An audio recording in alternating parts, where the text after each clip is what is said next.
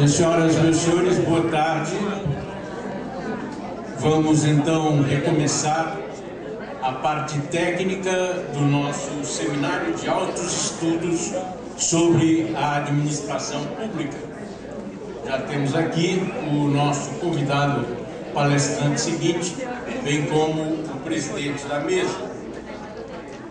Chamamos para presidir a mesa Luiz Fernando Menescal de Oliveira, que é chefe da Controladoria Geral da União no Ceará, CGU-CE.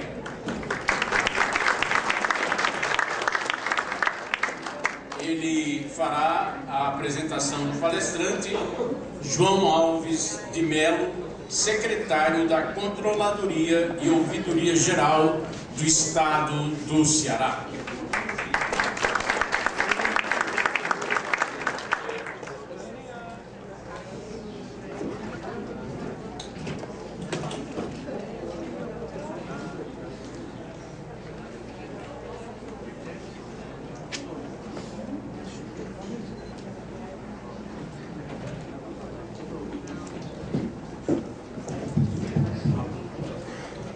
Boa tarde.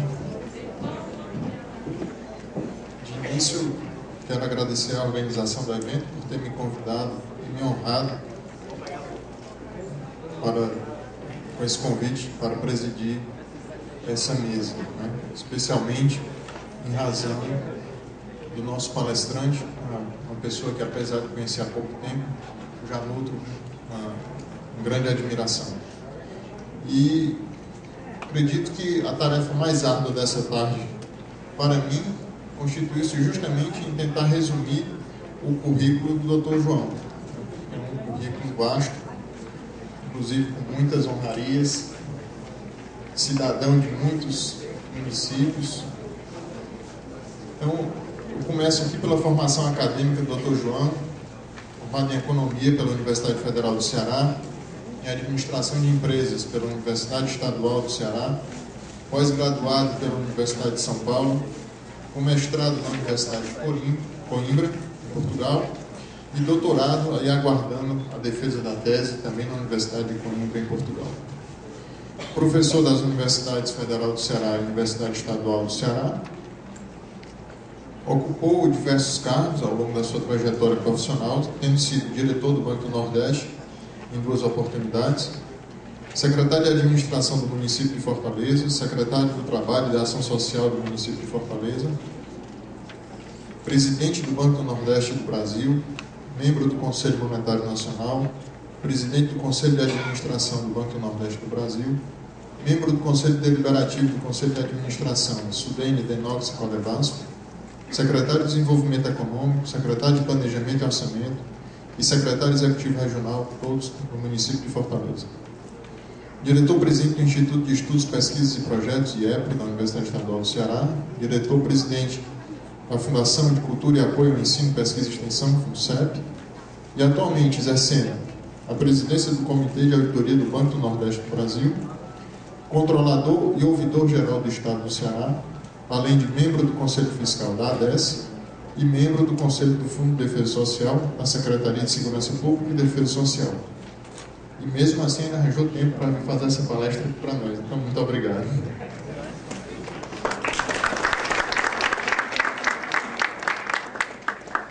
Nós vamos ouvi-lo acerca do seguinte tema: o controle interno e o controle na gestão pública. O caso do Ceará. Sem dúvida alguma, ressalto mais uma vez, poucas figuras do nosso Estado estariam mais qualificadas para fazer essa palestra. Então, deixo vocês agora com o Dr. João. Só esclarecendo que perguntas serão feitas ao final e eu peço que sejam dirigidas à mesa por escrito.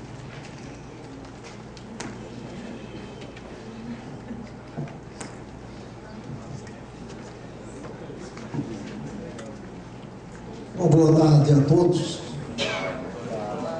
Desculpe-me se não cito aqui o jargão que está tomando conta do nosso país a todos e a todas, mas é porque o português não permite isso. De início eu quero agradecer as palavras generosas do nosso Luiz Fernando, porque efetivamente, apesar da caminhada longa, mas conhecimento mesmo sobre controle na administração pública, ele é que tem. Ele é que realmente é um profundo conhecedor dessa questão.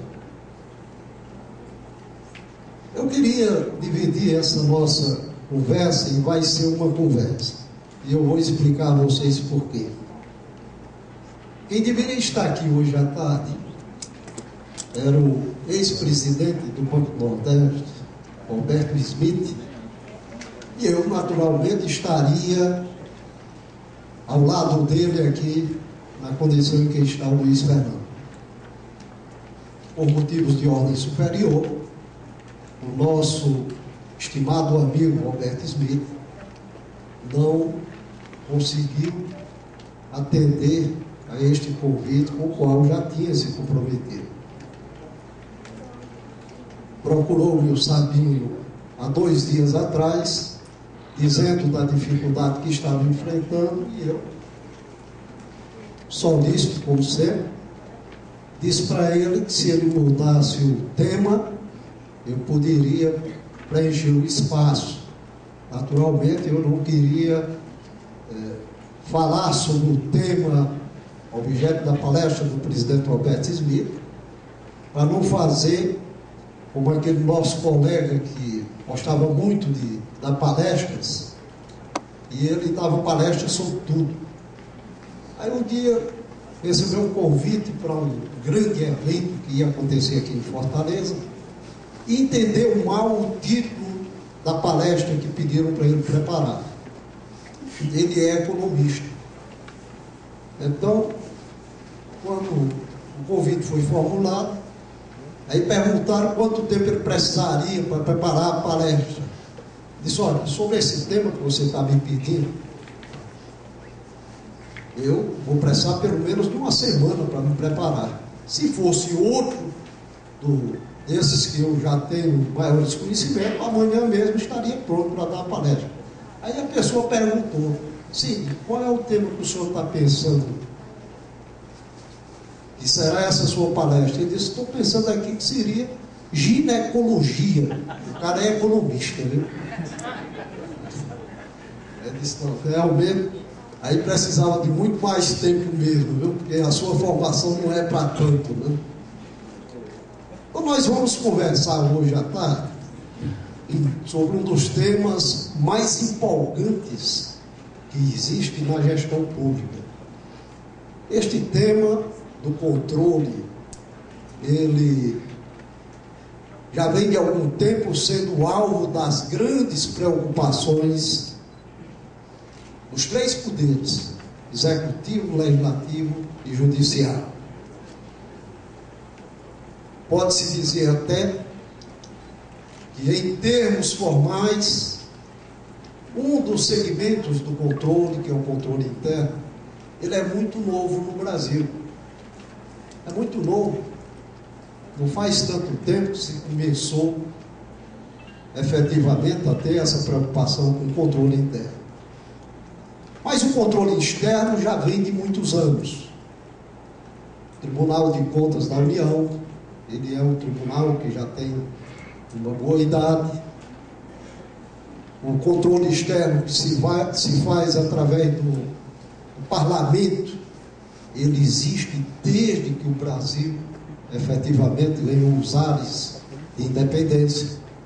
E mesmo antes disso, no Brasil colônia, já se trabalhava um pouco essa questão. E nós vamos praticamente concentrar a maior parte do tempo nesta visão do controle interno. Trabalhar a questão do controle interno, olhando principalmente, e é o nosso foco hoje, o Estado do Ceará. Vamos trabalhar com o Estado do Ceará. Vocês poderiam até perguntar: mas por que o Estado do Ceará? O controle interno é igual em todo o canto? Aparentemente sim. Mas de fato, estados a estados, nós vamos encontrando algumas diferenças que elas realmente são significativas e representam até certo ponto um avanço nessa questão relacionada com o controle interno. O cearense ele é muito criativo, vocês já conhecem bem o histórico dos nossos conterrâneos. Ele é muito criativo e aparece muito em termos de Brasil e em termos de mundo. Dizendo isso, eu queria simplesmente, no início dessa palestra, pedir a todos que aqui se encontram, não sei se isso já foi feito no momento da manhã, um momento de silêncio pelo um grande cientista cearense que veio a falecer. Hoje os jornais já publicaram esse falecimento. O nosso querido parente,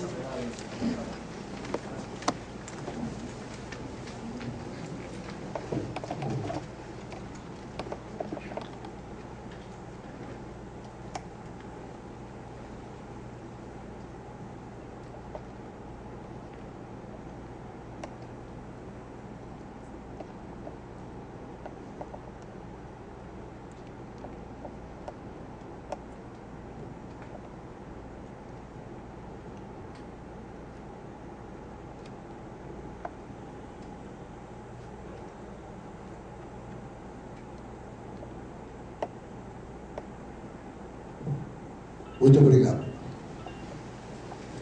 Bom, já que nós falamos na pessoa, o Expedito Parente, vocês devem ter lido aí, ele foi o criador do biodiesel. O biodiesel hoje está no mundo todo, né? É uma coisa nossa, criada aqui, em estudos de Expedito Parente da Universidade Federal, e hoje está no mundo todo. É uma alternativa de energia que nós temos hoje. Bom, meus amigos, então vamos voltando aqui ao nosso tema. Eu fiz questão de caracterizar a origem do controle na administração pública e tomei, apesar de existirem vários dispositivos da Constituição brasileira que focam aqui e acolá alguma coisa relacionada com o controle, mas eu destacaria o artigo 37 da Constituição.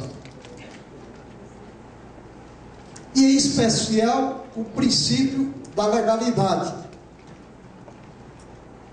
do qual este controle é uma das decorrências. É muito usual se dizer que a administração pública está adstrita aos ditames da lei, ao contrário dos particulares, a quem é permitido tudo que a lei não veta. Olha, são duas diferenças importantes. A administração pública, ela atua de acordo com a lei. Aquilo que está previsto em lei é objeto do controle da administração pública. Já no segmento privado, tudo aquilo que a lei não proibir pode ser feito, pode ser praticado. O referido normativo constitucional consta do título 3º da Organização do Estado, capítulo 7, dedicado à administração pública, que versa dos seguintes termos. Artigo 37. A administração pública direta e indireta de qualquer dos poderes da União, dos Estados, do Distrito Federal e dos municípios, obedecerá aos princípios de legalidade, impessoalidade, moralidade, publicidade e eficiência. Dois autores muito entusiastas desse artigo 37 foram nas entrelinhas e trouxeram mais os seguintes.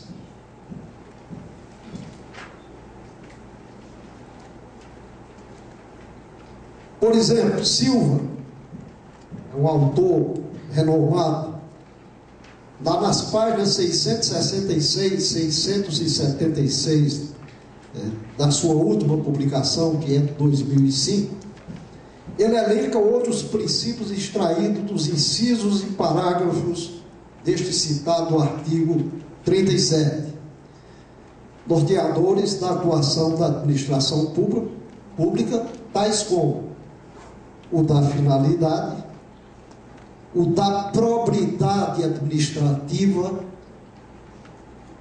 o da licitação pública, o da prescritibilidade dos ilícitos administrativos, o da responsabilidade civil da administração, o da participação e o da autonomia gerencial. Então, ele fez acrescer, naturalmente extraindo da própria Constituição, mas este conjunto aqui de princípios que naturalmente eles terão que ser observados por todos aqueles que praticam a administração pública. Outro autor, de nome Furtado, em 2007, na sua publicação, nas páginas 117 a 136, cita mais alguns princípios que denomina de princípios implícitos, plasmados pela Constituição e em outras normas, tais como o da razoabilidade, o da proporcionalidade, o da motivação, o da segurança jurídica, o da continuidade do serviço público e o da autoria e do controle judicial. Então vocês veem que este é um tema que ele tem uma amplitude muito grande. Vocês veem só aí pela quantidade de princípios que efetivamente deverão ser observados pelo gestor público, que ele é um tema bem rico, um tema muito rico, esse tema relacionado com o controle. E o controle no Brasil, ele está dividido, como nós falamos inicialmente, em controle externo e controle interno. O controle externo, ele se dá em primeiro lugar de forma direta através do parlamento, seja ele no âmbito federal, estadual ou municipal. Ele se dá também através do controle pelo Tribunal de Contas da União. É um órgão que efetivamente cumpre lá o papel constitucional, auxiliando o Poder Legislativo na sua atuação plena e fazendo com que os recursos públicos, a coisa pública de um modo geral, ela seja tratada de acordo com a lei, com os ditames da lei. E um terceiro órgão que nós poderíamos dizer que não é bem um órgão, é uma instituição que faz parte desse controle externo, é o controle jurisdicional. E aqui nós temos esse controle jurisdicional muito mais fortalecido a partir da Constituição de 1988. E fazem parte desse controle jurisdicional as disposições do tipo habeas corpus, mandato de segurança, o habeas data, o mandato de injunção, a ação popular, a ação civil pública e a ação direta de inconstitucionalidade. Então, todos esses elementos, muitos deles a partir da Constituição de 88, compõem esse controle jurisdicional da gestão pública. E aí nós temos talvez o órgão mais importante no meio dessa questão pública, que é o Ministério Público. O Ministério Público é, de fato, também parte desse controle externo. E no Ministério Público, nós temos com destaque o Ministério Público de Contas. O Ministério Público examina contas que efetivamente são apresentadas com a aplicação dos recursos públicos e emite lá os seus pareceres, aprovando ou desaprovando. Então, é desta forma que se compõe na estrutura legal brasileira o controle externo da administração pública. Mas para nós, no presente momento, interessa de forma bem direta o controle interno. E vocês veem aqui na projeção que tem ao lado que esse controle interno ele se faz através dos órgãos de controle criados para tal fim, como por exemplo a CGU, da qual o Luiz é o representante maior aqui no estado do Ceará, que cumpre um papel extraordinário.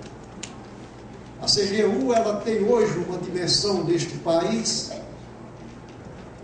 insubstituível, eu diria, pela forma como ela atua, como ela age, com o interesse grande de fazer com que as coisas no setor público, no serviço público, aconteçam de forma correta, de acordo com a lei.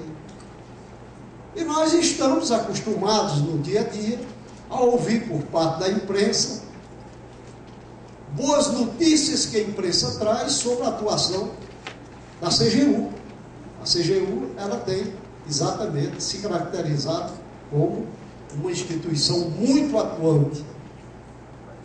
Eu não diria que graças apenas ao ministro Jorge Age, que é o ministro da CGU, mas graças, sobretudo, a uma equipe valorosa que a CGU tem. Ela se preocupou com quadros, com formação de pessoal, e de fato hoje ela consegue cobrir todo o país e cobrir de uma forma, eu diria, satisfatória. A nível dos estados, esse controle interno, ele começou a se estruturar num período bem mais recente. Por exemplo, o nosso órgão de controle interno aqui no Ceará, ele é muito novo, que é a CGE, Controladoria e Ouvidoria Geral do Estado do Ceará, que praticamente foi estruturada na forma como ela está, quase toda, já no governo atual, o governo Cid Gomes. Foi quando nós tivemos uma juntada de mais três outras áreas, uma área do controle interno, que foi a ouvidoria, a transparência e a ética na gestão pública, e aí se formou um órgão que cuida dessas quatro funções. A nossa CGE cuida dessas quatro funções.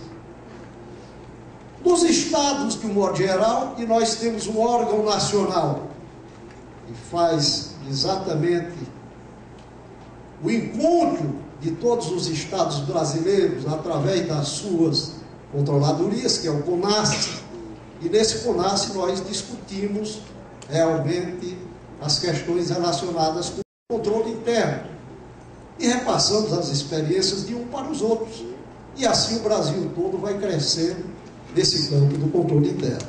Então o controle interno ele se faz exatamente através destes órgãos. O artigo 70 da Constituição, ele é um dos colorados, e nós poderíamos dizer que dá o pano de fundo, o respaldo maior para essa parte relacionada com o sistema de controle interno de cada poder executivo, legislativo e judiciário.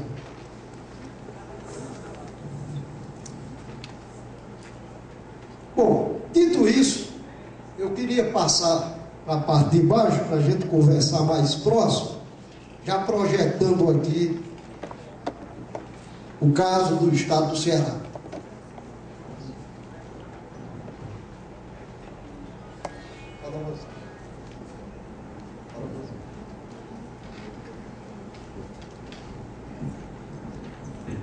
aqui. Nós temos aqui no estado do Ceará uma proposta de controle na administração pública de forma democrática e participativa. Não é apenas um controle estatal que efetivamente se busca implantar no estado do Ceará. Nós queremos implementar uma ação que ela seja uma ação democrática e participativa. Naturalmente, esta ação, ela se estruturando de acordo com esse organograma que aqui está. Controle interno preventivo, auditoria e controle social. Olha, o nosso grande sonho de consumo mesmo, em termos de coisas boas, ele começou lá na Constituição de 88, a partir de 1986. Estávamos todos naquele desejo extraordinário de conseguir com que se tirasse o atraso do país. Aquele que estava represado, que se passasse uma borracha em cima disso e se atendesse aos anseios do povo. E o que é a Constituição de 88? É exatamente isso. Ela encerra esse desejo do povo brasileiro e efetivamente participar democraticamente do governo, ter liberdade efetiva, não apenas liberdade como uma palavra mágica, ter liberdade efetiva, o ir e vir, não ter barreiras. E a Constituição é muito rica disso. Ela é tão rica que tentaram, inclusive, reduzir parte substantiva da sua força maior, que era essa parte relacionada com o social, já no ano de 1989. Quer dizer, não, o Brasil está ingovernável. Era a conversa que se ouvia no ano de 1989.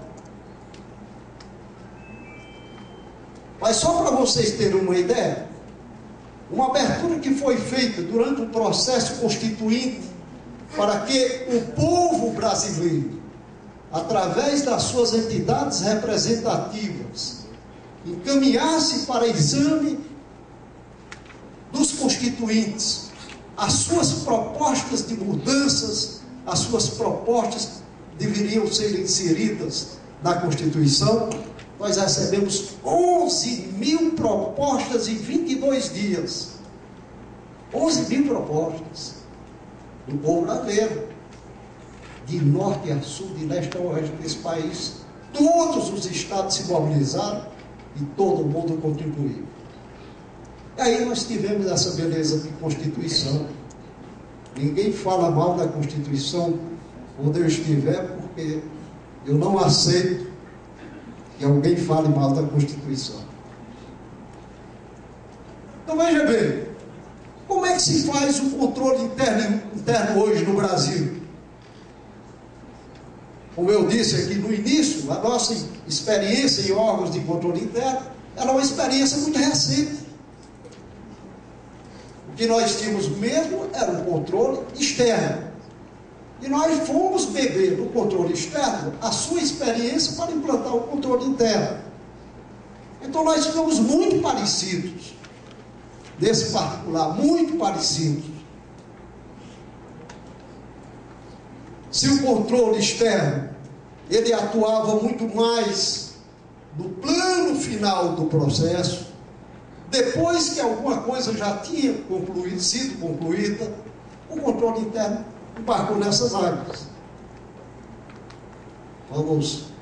Foi feito o convênio, liberado o recurso, feita a sua aplicação, terminado o convênio, a data, expirou a data, tudo mais, está tudo finalizado. Então vai se buscar fazer uma avaliação disso para saber se efetivamente se cumpriu a lei. Já passa pela cabeça de vocês, eu acho que de todos que aqui estão, isto não funciona. Isto não funciona. Porque o mal intencionado, que pegou o recurso e não aplicou na finalidade, ele também não deixou nada no nome dele. Se ele tinha bens, ele deslocou esses bens, passou para nome de terceiros, arrumou laranjas e tudo mais para caracterizar aquele seu ato. Isto não funciona, você fazer essa verificação a posteriori. E eu tinha quase certeza disso, até porque eu sou do setor privado mesmo, a minha vida funcional foi no Banco do Nordeste, onde nós temos controle interno aqui, e nós temos auditoria ali. Um não entra na seara do outro.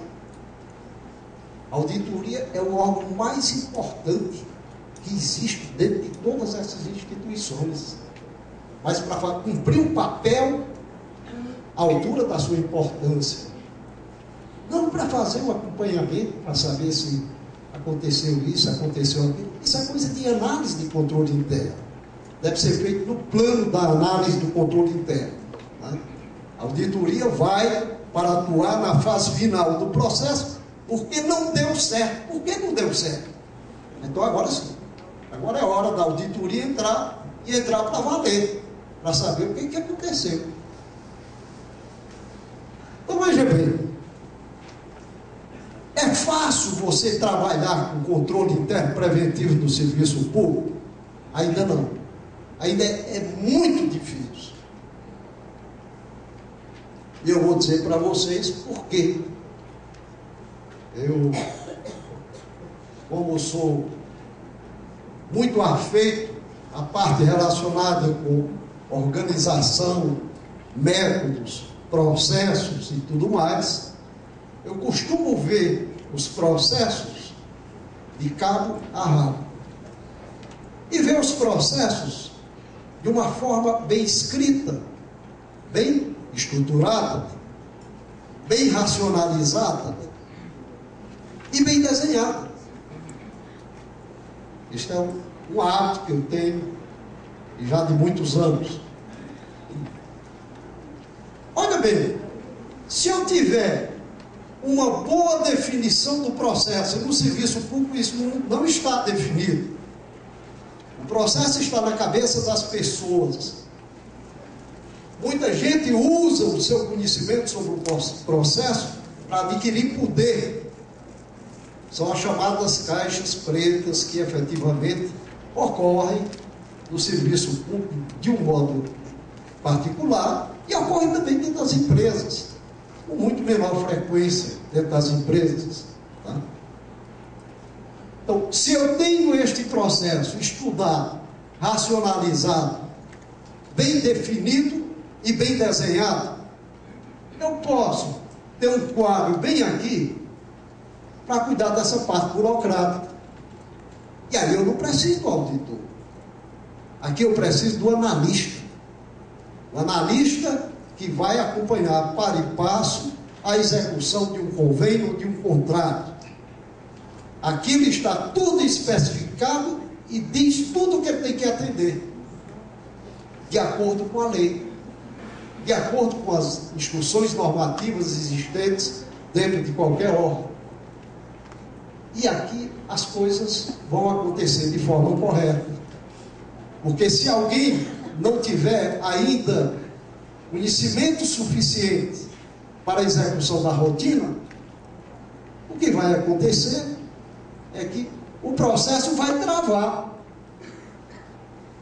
O processo vai travar, ele só continua a partir daquele ponto se forem atendidas aquelas condições anteriores. Se for atendido o que a lei manda que seja atendido, o que a norma interna determina que seja atendido. Mas isso não basta. Isso aqui é apenas um controle burocrático da gestão, do procedimento, do encaminhamento da rotina, para cumprindo a lei, porque ela já foi instituída desta forma. Precisa que você tenha um outro lado, que a parte que vai lá para a ponta. Sim, está tudo muito bonito. Tudo foi cumprido direitinho. Mas o objeto existe. Nós tivemos um exemplo agora recente. Os jornais não deixaram mais de comentar esse assunto, e ele todo dia está nas páginas dos jornais, e foi essa questão relacionada com a construção de banheiros. O objetivo nobre, ninguém discute. A necessidade existe. É uma coisa social da maior importância.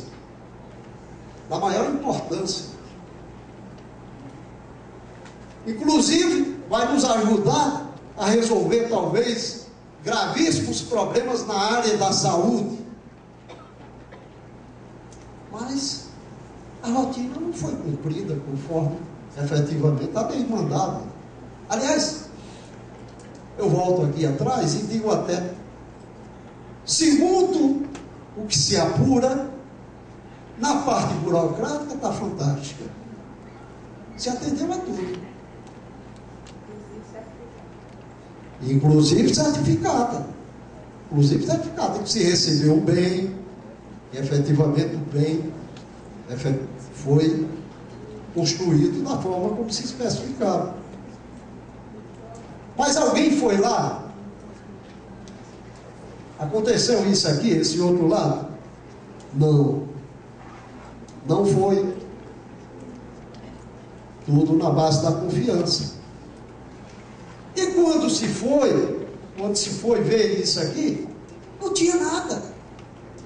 Mas o cara conseguiu trazer uma nota fiscal,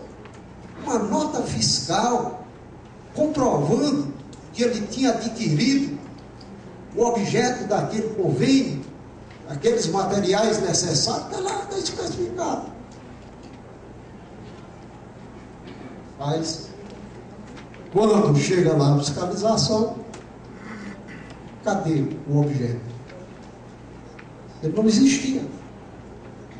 Então, se nós não tivermos isso aqui atuante, isso pode funcionar muito bem e nada está se concretizando da forma como está dito no convênio em relação a estes casos. A fiscalização é indispensável, ela tem que acompanhar mesmo, no local, verificar se cada etapa daquela que foi conveniada, ela foi cumprida, e atestar, para que se libere a segunda parcela, a terceira parcela, e N parcelas que porventura existam desses convênios. É uma forma de você amarrar pelo lado do controle interno, preventivo. Mas nós poderíamos também estar utilizando, e é este lado que nós estamos estimulando muito bem no momento atual. A doutora Mônica acompanha bem isso de perto, é uma entusiasta, que é o controle social. Confesso a vocês, no dia que nós tivermos a felicidade de termos na cabeça de cada brasileiro de que o recurso que chega ao governo para a realização de qualquer tipo de projeto social, econômico, na área da saúde, na área da educação, qualquer que seja o segmento, é dinheiro dele. Ninguém tem essa consciência. Esse dinheiro é do povo. Foi o povo que levou esse dinheiro até o governo para que ele realizasse os projetos. Então o povo tem que fiscalizar. É uma obrigação do povo fiscalizar, acompanhar isso aqui. E nós estamos montando com muita fé,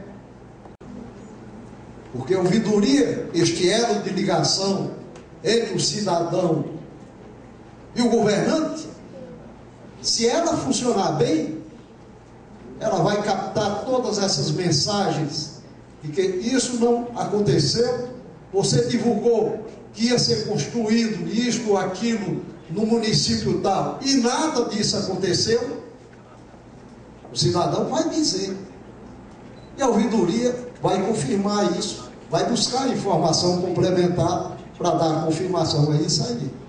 No dia em que nós estivermos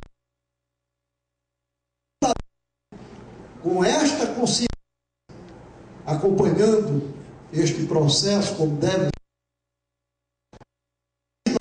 controle efetivo. Controle social é o melhor de todos os controles. Mas o Estado do Ceará está numa verdadeira cruzada nesse campo. O que os outros estados ainda não conseguiram fazer. Por exemplo, nós temos um canal de transparência, e apesar de ainda dizer, não achei, não encontrei aquilo, porque não sabe as regras de funcionamento do canal.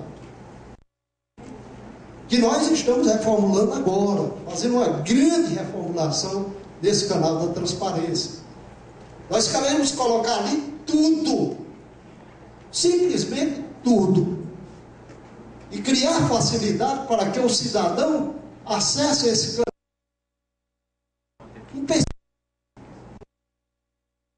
e vá buscar informação. Nós estamos colocando no nosso canal aquilo que a lei pede e determina, e muito mais do que isso. Muito mais do que isso. Por exemplo, a lei, ela não se preocupou com aspectos importantes que são próprios de cada estado. Os estados do Nordeste, por exemplo, usar a procura de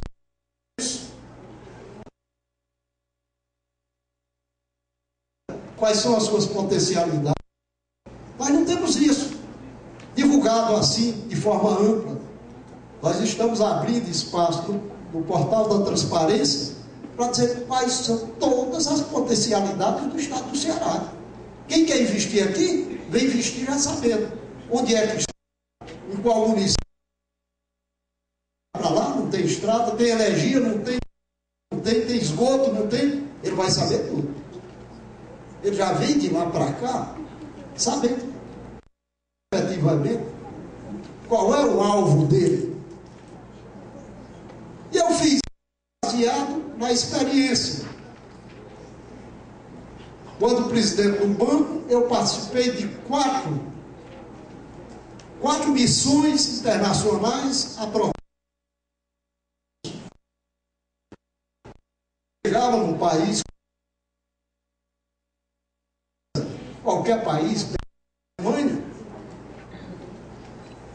juntava os seus órgãos de indústria, juntava os empresários, do modo geral, num determinado ambiente, e lá ia a gente trocar ideias, lançar aquela conversa relacionada com do Estado. Ninguém sabe o que é mesmo isso aqui. Agora vai saber a distância. Se ele quiser acessar pelo nosso canal da transparência, ele vai conhecer tudo isso à distância. Outra coisa, o governo do Estado cria as suas prioridades. Estabelece prioridade de gestão. Educação, são três grandes prioridades, onde se está investindo bilhões nessas prioridades. Sim. E depois? O que acontece depois? Alguém diz o que produziu esses bilhões? O que produziu? Não. Ninguém diz. Nós vamos no dia a dia, comentando.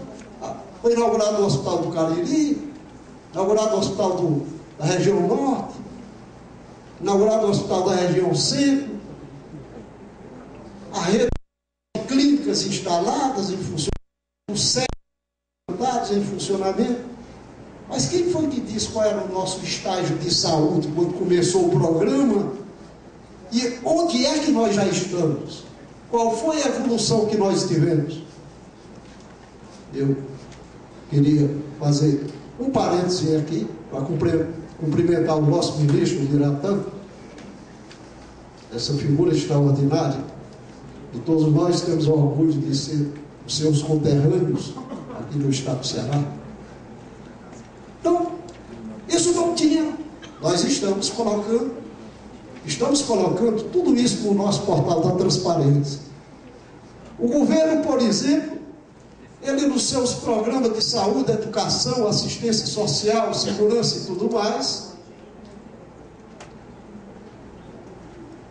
ele vai ao interior e faz um investimento direto no município. Pode procurar em qualquer lugar que você não vai encontrar uma informação completa sobre em que, quanto e para que foi investido aquele recurso naquele município. Nós estamos jogando no nosso portal da transparência. Mapa do estado do Ceará, todos os municípios, você tocou no município, você abre logo todos os investimentos do governo do estado do Ceará. Então, esse portal da transparência está passando por uma grande mudança. E nós estamos estimulando a todos os municípios do interior, todos os municípios que ainda não têm portal da transparência, nós estamos oferecendo um portal pronto e oferecendo apoio para a implantação dos seus portais em cada um dos municípios que ainda não tem. Obrigatoriamente eles teriam que fazer isso e não vai custar muito no próximo ano. Municípios com população menor do que 50 mil habitantes, porque até aí todos eles já tiveram que se ajustar. Então veja bem, e a nossa auditoria? Olha, ela está central aqui, é porque de fato ela é, sem dúvida nenhuma, o elo de ligação mais forte que nós temos entre isto e isto aqui. E é, de fato, quem vai dar a palavra no final sobre muita coisa. É a nossa autoria e vai dar a palavra no final sobre muita coisa. Saiu do eixo, não funcionou de acordo com aquilo que foi programado e projetado, vai para lá. E a auditoria vai tomar conta disso e vai procurar, efetivamente, apurar tudo aquilo que aconteceu. Então, meus amigos, é isso aqui que nós estamos fazendo no estado do Ceará. Ainda com a equipe pequena, mas o governador já autorizou a se fazer um concurso novo para auditores, e nós já estamos tomando essas providências. E na próxima semana eu estou me sentando com ele, dizendo, governador, mas não é só um concurso para auditores. Eu estou precisando de 40 analistas de controle interno para dar cumprimento a esta função burocrática de acompanhamento da execução de contratos, convênios e similares. E aí nós começamos a acertar o passo. Eu não tenho dúvida que nós vamos acertar em definitivo esse passo. Queria cumprimentar nosso conselheiro Adalberto, convidado para sentar aqui as cadeiras da frente, Adalberto. Dito isso, explicadas essas novidades que nós temos aqui no estado do Ceará, e vocês viram chegar aqui também o nosso Ilaílson, palestrante logo mais, eu queria ficar à disposição de vocês, receber todas as perguntas que vocês quiserem mandar. Se eu não souber responder um bocado, eu passo para o ministro Biratã, que tem uma larga bagagem sobre tudo isso. Outra parte eu passo para o Luiz aqui, que tem conhecimento mais do que suficiente sobre o controle interno para responder. Então, muito obrigado pela atenção.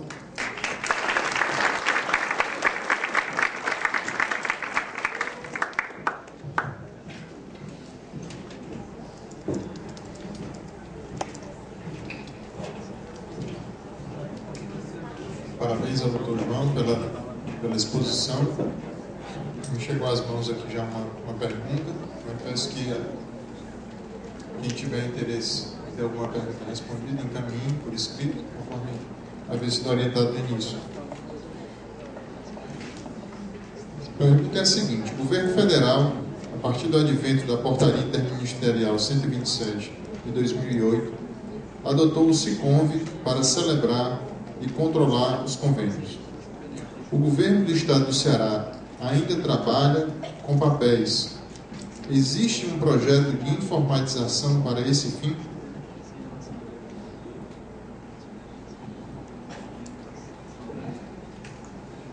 O governo do estado do Ceará também já tem um sistema de controle dos convênios. Nós temos o SAC, que é um sistema que faz efetivamente o acompanhamento. Isso é feito lá dentro da CGE. Todo convênio no estado, todo contrato realizado no estado, antes da sua publicação, obrigatoriamente ele tem que ser cadastrado no SAC. E nós trazemos da Fazenda, de todas as áreas do estado, informações relacionadas com esse contrato ou esse convênio, e fazemos o acompanhamento sistemático. Fazemos o acompanhamento sistemático. Se você me pedir hoje quantos contratos, quantos convênios o estado do Ceará tem e qual o estado desses contratos e convênios, eu dou para você um mapa completo disso. A inadimplência por órgão, eu tenho tudo isso lá, a inadimplência por órgão. Eu sei, por exemplo, qual é o segmento de conveniado que está mais fragilizado. Nós temos condições de saber tudo isso dentro do nosso sistema de acompanhamento de contratos e convênios. O governo do Ceará, ele está efetivamente aparelhado para fazer esse tipo de acompanhamento.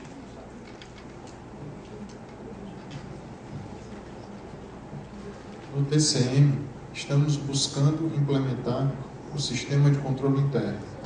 No momento, temos apenas a corregedoria. Como os componentes controle interno, ouvidoria e corregedoria poderão funcionar articuladamente? Isso é o sonho de todos nós. Eu acho que no momento em que nós tivermos todos esses órgãos funcionando com integração, não apenas nós vamos evitar a ocorrência de muitos problemas, mas vamos resolver de forma mais fácil, mais barata, muitos deles.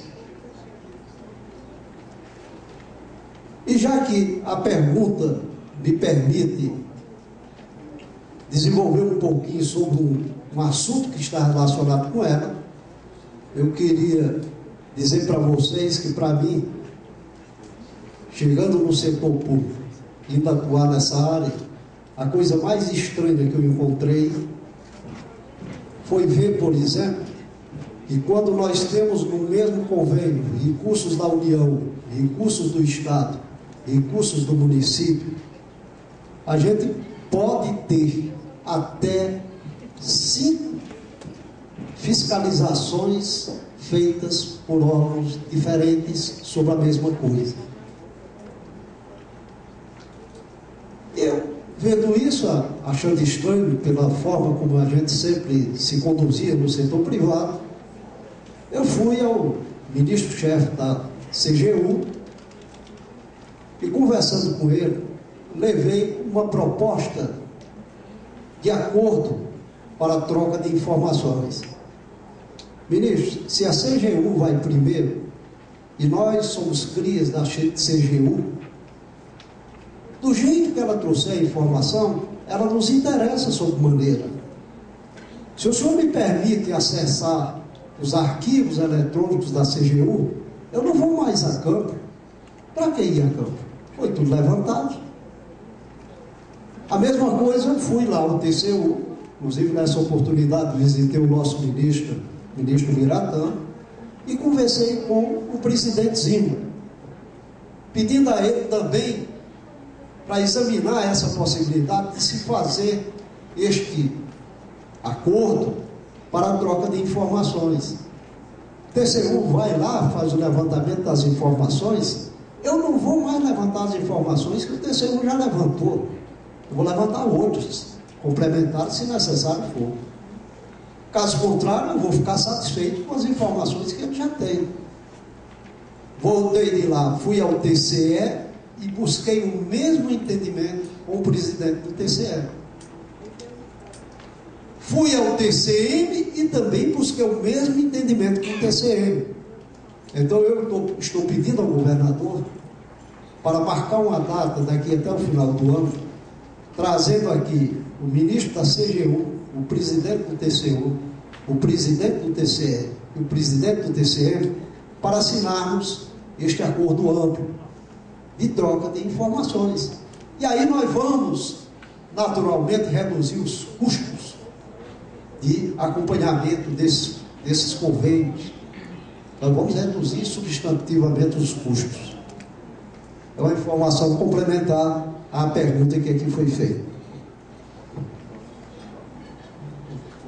Já haviam me solicitado aqui que encerrasse, porém existe não é nenhuma pergunta, mas uma provocação que, tendo em vista o tema, eu acho importante o doutor João ter um tempo para fazer alguns esclarecimentos, colocar algumas informações.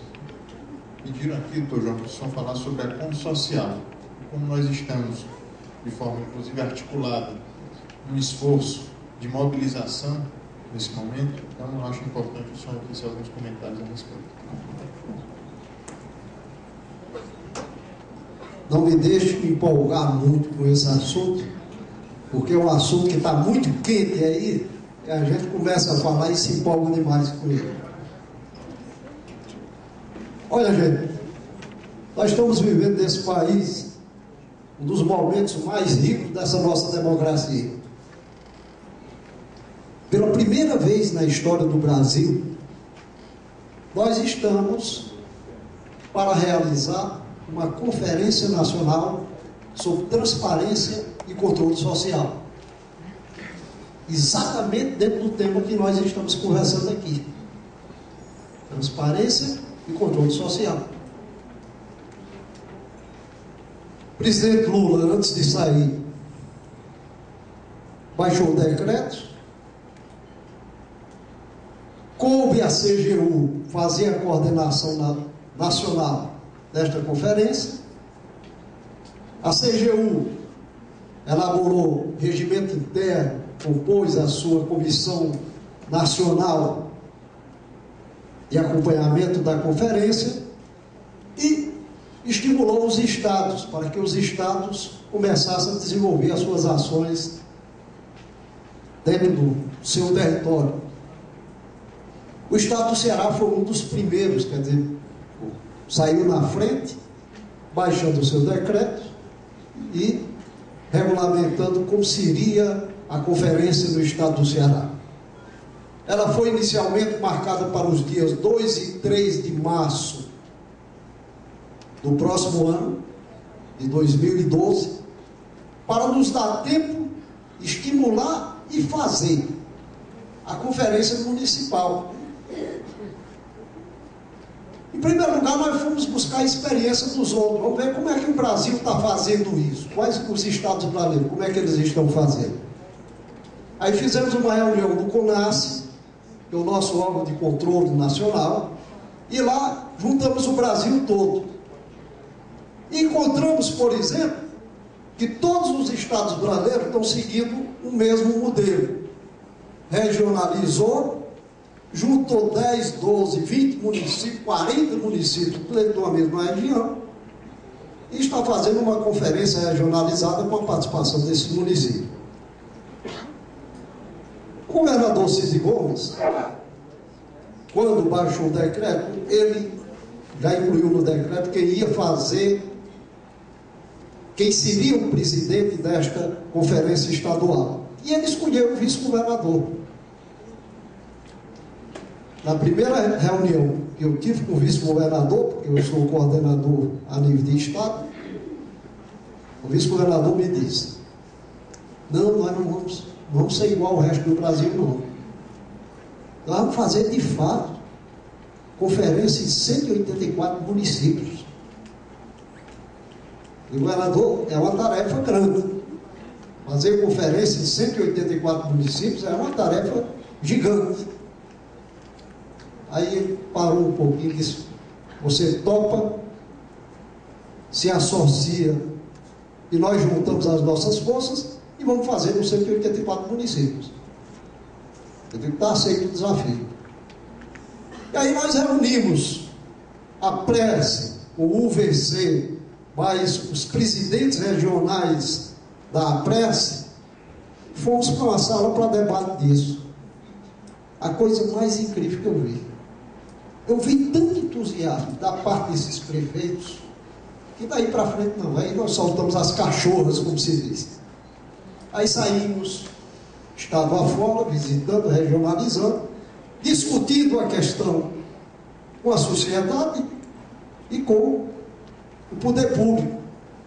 E aceitamos efetivamente a ideia de que nós vamos fazer conferência em 184 municípios. Já estamos fazendo conferência em 184 municípios.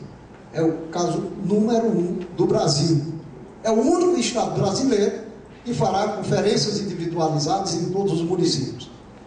E nós estamos trazendo para aqui, nos dias 2 e 3 de março, delegados desses 184 municípios, que somados dá 2.200 delegados. Então nós vamos fazer uma grande conferência do estado do Ceará com 2.200 delegados, mais 150 extras, que são os membros da comissão estadual e os convidados para esse processo. Então nós temos 2.350 participantes numa conferência estadual. Será uma grande conferência. E nós esperamos sustentar esse entusiasmo até o fim e levar daqui do estado do Ceará uma proposta forte para a Conferência Nacional. Nós queremos, como é a primeira conferência sobre transparência e controle social, nós estar juntamente com a CGU, que é a nossa parceira desde a primeira hora, aqui no estado. Nós queremos sair daqui com uma proposta bem redondinha para o plano nacional e tentar aprovar essa proposta lá. Então essa é a informação que eu tive para vocês. Obrigado.